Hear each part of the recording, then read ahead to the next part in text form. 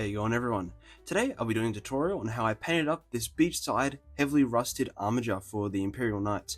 This is also going to be sort of a video just to demonstrate how dirty down rust and dirty down verdigris does as well. But let's get into it. Now, to start off, I'm just going to be following the instructions, gluing everything together how it's meant to be, until we head down to the pelvis section, in which most monopose kits, they do have a sort of peg section that just locks the joints into place into a more walking stance. However, this time I've removed all the hexagonal marks, so it's more or less a freely placed section, so I can have the legs just standing downright, and a more of a still section, as if he's been deactivated for a long time.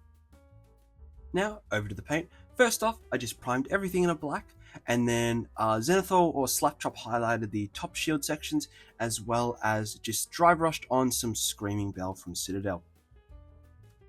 Next up, after I did all of that, I went over and applied some Typhus Corrosion in some of these sections where rust would build up more, all over the shield section, like within where the trim would be, as well as on the weapons. Normally I want to apply this as the dirty down rust really does show off a lot more when it's more of a ripply texture compared to a flat texture, as when it's a flat texture it's more of a dark brown compared to when you're able to dilute it correctly and it's able to fill in all of those little gaps that the Typhus Corrosion creates. You get a lot more of orange speckly sort of design.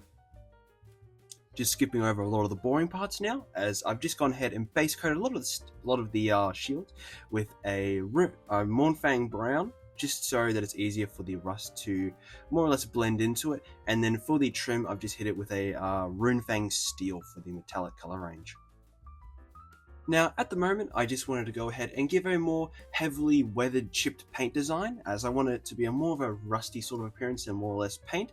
And in doing so, I'm just sponge chipping. Once again, you would have seen how I did it in my previous video, more of a white over the thing. I've also just masked off the side, as I just want a little bit of difference between the shields instead of it just being one flat color.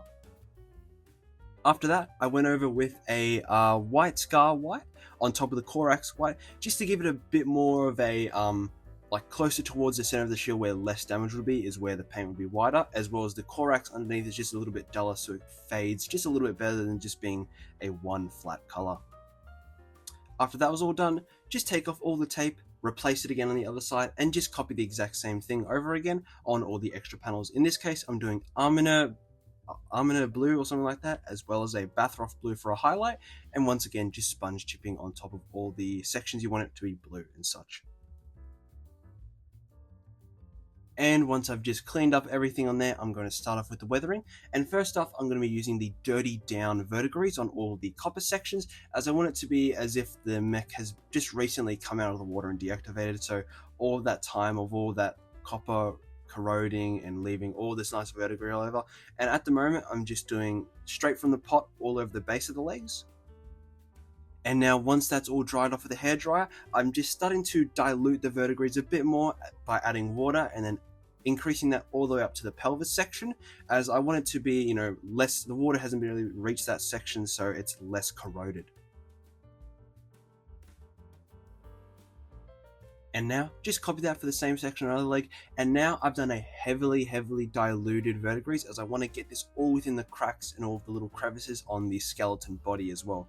So I'm pretty sure it's around a 30 to 70% or a 40 to 60% of verdigris to water, just so I could get it all in the cracks. Since the more diluted the dirty down products are, the more lighter in color they are. So it's more of a sort of wash, so that all the water can evaporate, leaving all of the pigments and all the, I don't really call it pigments, but whatever you call it, so it dries out inside the cracks where it normally would be. Next up, after all that was cleaned up, I started to go over with the dirty down rust.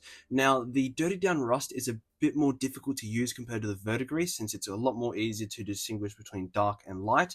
However, when I was watching a lot of these videos, a lot of people were saying diluting it. However, I never realized how heavy of a dilution you really need it. You need it to practically be a 50-50 or a 40-60% to really get the orange you're looking for. And if you want it to be an even lighter rust, you're going to have to do that with a 20 to 80% sort of thing.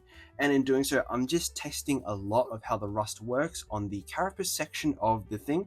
A lot of a good idea is to always test the sort of stuff on a section that is going to be heavily rusted anyways. And after a lot of messing around, I finally discovered the correct solution for water to rust, which is around about 30 to 70%, in which I did a lot more just all over the rest of the shields and all over the metal sections instead.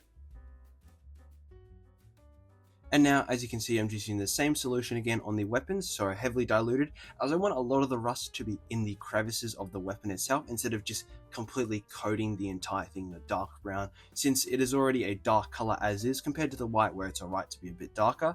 So with the diluted mix, put it within all the cracks and then hit it with the hairdryer to get a nice bright orange. Now this video is coming along quite quickly, as it's more or less just a quick paint job with rust over. However, over to the lens now, this is the first time I've tried this, but I've watched a couple of videos on YouTube. I can't remember specifically, but I'll probably leave a link to one of them in the description. You want to grab your base color, your mid-tone, and then your highlight color for however you want the lenses to be.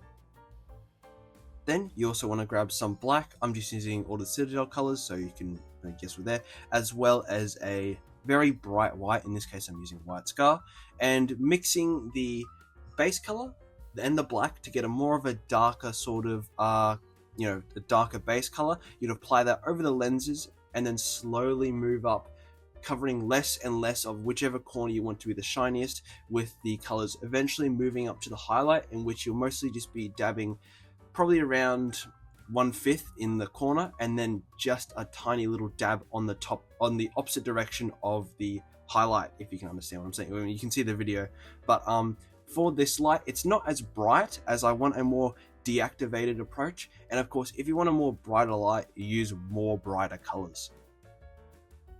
Now, I did mess this up quite a few times, so it may look a little bit different to the final thing in the video. So if you do mess it up, since it's such thin paint, you just paint over with the original black and base color mix.